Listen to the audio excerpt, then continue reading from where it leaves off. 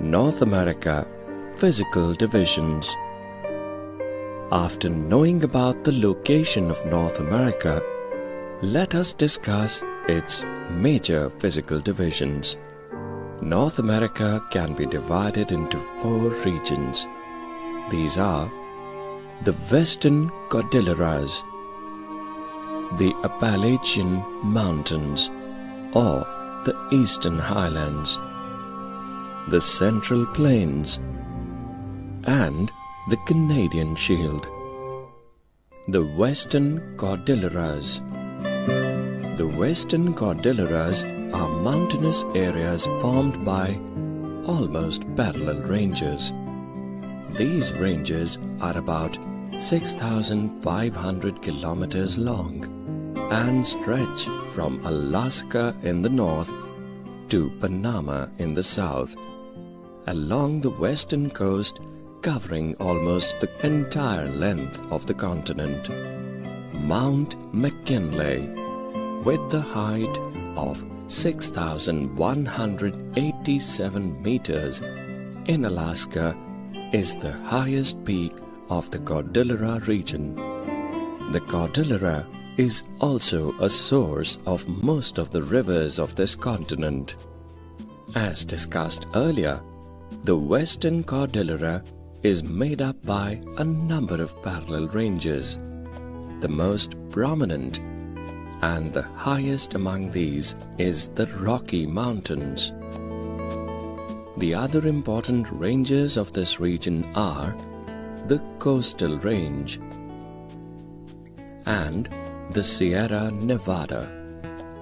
A number of plateaus are situated in this area. Most of these plateaus are intermontane plateaus. Do you know what are intermontane plateaus? The plateaus which are surrounded by mountains are called intermontane plateaus.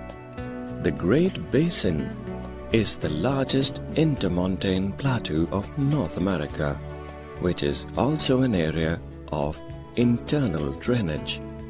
The rivers of this region do not reach the sea because the mountains form a high border of intermontane plateau.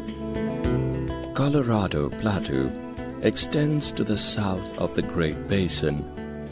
Colorado is the major river of this region. The river, along with its tributaries, has got deep valleys in the soft rocks of the area. These steep-sided valleys are called gorges. At many places, these valleys are as deep as 1,800 meters. Such very deep gorges are called canyons. The Grand Canyon of Colorado is the largest canyon in the world. The northern part of the Cordilleras has a number of active volcanoes, especially in Alaska and Mexico. In many areas, the hot water from the interior of the earth comes out of the rocks as fountains of water. Such fountains of hot water and steam are called geysers. The Old Faithful, situated in the Yellowstone National Park in USA, is a very famous geyser and a big attraction for the tourists from all over the world. The Western Cordilleras are rich in forest resources. These forests contain trees such as fir, spruce, and cedar. The region is rich in a number of minerals also. The important minerals found in this area are coal, lead, zinc, copper, and gold. The Appalachian Mountains or the Eastern Highlands. The Appalachian Mountains or the Eastern Highlands is the second physical division of North America. They are also called the Eastern Highlands. The height of this mountainous area varies between 1,000 meters in southwestern Pennsylvania and 1,800 meters in Mount Washington in the north. The Appalachian Mountains are old fold mountains. Do you know what are old fold mountains? Old fold mountains are the mountains which are formed mainly by the effects of folding. Most of these mountains were formed over 200 million years ago. It is believed that at one time they were much higher, but the glaciers and rivers have eroded them over a long period. Due to erosion over a long period, the Appalachian today have a lower relief, that is, below 2,000 meters. Hudson is the main river flowing through these mountains. Erie Canal joins River Hudson with the Great Lakes. The Appalachian Mountains have deposits of a number of minerals such as coal, copper, lead, etc. The region is also rich in hydropower resources. The Central Lowlands. The Central Lowlands is the third important physical division of North America. The Central Lowlands of North America lie between the Western Cordilleras in the west and the Appalachian Mountains in the east. The lowlands extend from east to west over a distance of about 2,000 kilometers.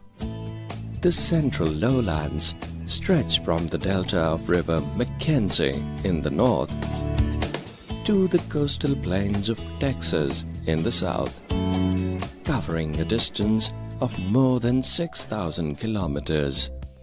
Mississippi is the major river draining these lowlands. The lowlands are very important areas from agricultural point of view. Canadian Shield. The fourth important physical division of North America is the Canadian Shield.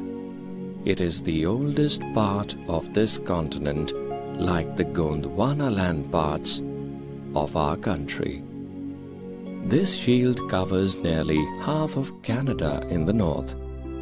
Though the rocks of this area are very hard, the height of the entire area has reduced through erosion to less than 400 meters. A large part of the shield is occupied by swamps and number of lakes. Besides the 5 Great Lakes of North America, that is the Lake Superior, Lake Michigan, Lake Huron, Lake Erie, and Lake Ontario. The other important lakes of this area are the Great Bear and Winnipeg. The northern part of the Canadian Shield lies in the cold zone and remains frozen for most of the year. The southern part is occupied by the Great Lakes and the St. Lawrence lowlands. The famous Niagara Falls is situated in the southern part of the Shield area, between Lake Ontario and Lake Erie. The Great Lakes of North America are interconnected. This makes them suitable for transport. St. Lawrence is an important river of this region, which joins the Great Lakes with Atlantic Ocean. This river makes the most important inland waterway of North America. Although large parts of the Canadian Shield experience a very low temperature and are not suitable for agriculture, but nature has gifted this area with valuable minerals like gold, silver, nickel, iron, copper, platinum, radium, uranium, and cobalt.